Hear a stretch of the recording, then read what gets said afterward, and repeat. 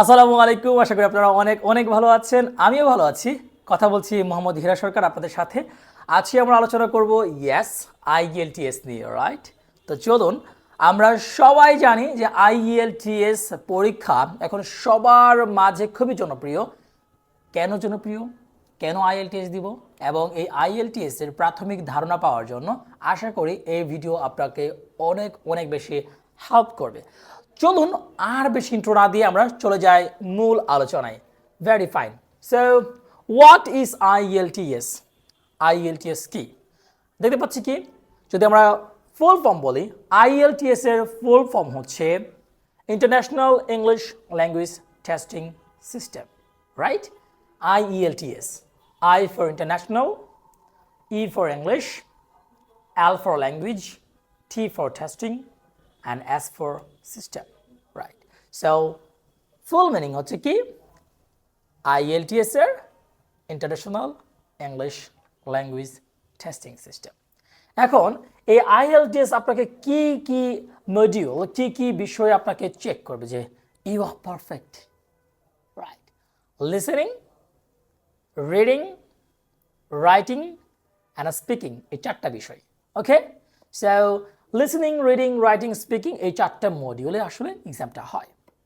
Next one, so এটা আসলে সারা পৃথিবীর সবগুলো ইউনিভার্সিটি অ্যাকসেপ্ট করে, অ্যান্ড আপনি যেখানে যেতে চান, শুধুমাত্র আপনি বিদেশ যাবেন এর জন্য আইএলটিএস করবেন? নো, আপনি বরং নিজে কতটুকু দক্ষ ইংরেজিতে তার জন্য কিন্তু আইএলটিএস করতে পারেন।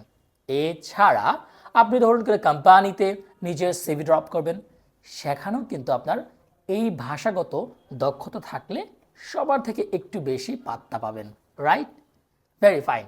সো দেখি তারপরে কি রয়েছে আমাদের জন্য। কেন আইএলটিএস আমরা দিব?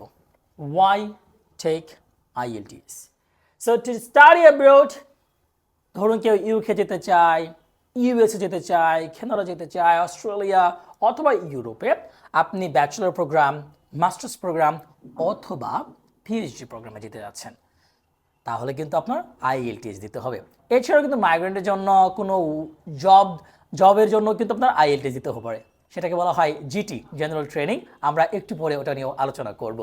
Fine. So to work overseas, for migration, to prove your English skills, এই বিষয়গুলোর জন্য কিন্তু আপনাকে আইএলটিএস এ বসতে হবে। নেক্সট ওয়ান, সো আইএলটিএস আসলে কয় ধরনের? এই এক্সামটা দুই ধরনের। Number one academic, and number two general training. So academic হচ্ছে ফর স্টাডি, যারা পড়াশোনার জন্য যেতে চায়, যেমন আমরা প্রিপারেশন নিচ্ছি সেই পড়াশোনার জন্য।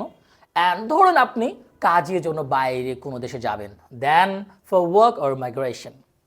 নেক্সট ওয়ান, সো আইএলটিএস এ আমরা যদি দেখি যে চারটে পার্টস রয়েছে। প্রথমে হচ্ছে লিসেনিং, দেন রিডিং, রাইটিং এবং স্পিকিং।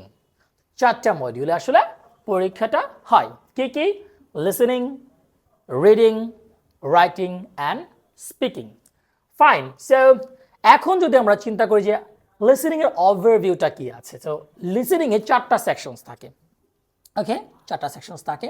সো এখানে চারটা সেকশনে টোটাল কোয়েশ্চেন কয়টা? ইয়েস, 40টা। চারটা সেকশনে 40টা কোয়েশ্চেন থাকবে এবং আপনি সময় পাবেন অ্যাবাউট 30 মিনিট। এবং আপনাকে কি করতে হবে? একটা কনভারসেশনস এবং মনোলগস। মনোলগস কি? একজন ব্যক্তি কথা বলবে, হচ্ছে মনোলগ। আর ডায়ালগ হচ্ছে more than one persons. So এই যে কনভারসেশনস অথবা মনোলগস থাকবে, যেখানে আপনাকে একটা আপনাকে একটা হেডফোন দিবে, আপনি শুনবেন এবং শুনে কি আন্ডারস্ট্যান্ডিং করছেন সেটা অনুযায়ী আপনাকে আনসার দিতে হবে। সময় কত? Right, 30 minute. কোয়েশ্চেন কয়টা? 40টা। কয়টা পার্টস? 4টা। সেকশন 4টা আর কি। সো রিডিং, আইএলটিএস এ লিসেনিং এর পরে চলে আসলো রিডিং। রিডিং এ আপনার 3টা সেকশনস, ওকে, 3টা প্যাসেজ থাকে, টোটাল 40টা কোয়েশ্চেন্স থাকে। সময় হচ্ছে প্রত্যেকের জন্য 20-20-20, কত হলো? 1 ঘন্টা। এবং এটা হচ্ছে একটু একাডেমিকটা কঠিন হয়, আর জেনারেল ট্রেনিং এর যে রিডিংটা এটা তুলনামূলকভাবে ইজিয়ার হয়। তারপর চলে আসি আমরা রাইটিংয়ে। রাইটিং লিখতে হবে আপনাকে, হ্যাঁ। সো রাইটিং এর সময় হচ্ছে আপনার 1 ঘন্টা, টাস্ক 1 এর জন্য হচ্ছে 20 মিনিট, আর টাস্ক 2 এ হচ্ছে 40 মিনিট। তো টাস্ক 1-এ হচ্ছে আপনাকে একটা গ্রাফ, একটা চার্ট, একটা বার গ্রাফ হতে পারে, টেবল হতে পারে, সেটা নিয়ে আপনাকে কি করতে হবে, ব্যাখ্যা করতে হবে, রাইট? আচ্ছা, আর রাইটিং টাস্ক 2-এ হচ্ছে একটা এসে থাকে, এটা হচ্ছে আর্গুমেন্টেটিভ, সেখানে হচ্ছে আপনার অ্যাগ্রি ডিসএগ্রি থাকতে পারে, অ্যাডভান্টেজ ডিসঅ্যাডভান্টেজ থাকতে পারে, আপনার পার্সোনাল মতামতটা কি এটা চাইতে পারে। ওকে, সো সময় হচ্ছে কয় ঘন্টা? 1 ঘন্টা। টাস্ক 1-এর জন্য 20 মিনিট, লিখতে হয় 150 ওয়ার্ডস মিনিমাম, এবং টাস্ক 2 এর জন্য 40 মিনিট, লিখতে হয় মিনিমাম 250 ওয়ার্ডস। ওকে, ভেরি ফাইন। এখন স্পিকিং, এটা ফেস টু ফেসও হয় ইন্টারভিউ, আবার এটা অনলাইনও হয়। Very fine. সো পার্টস 3টা।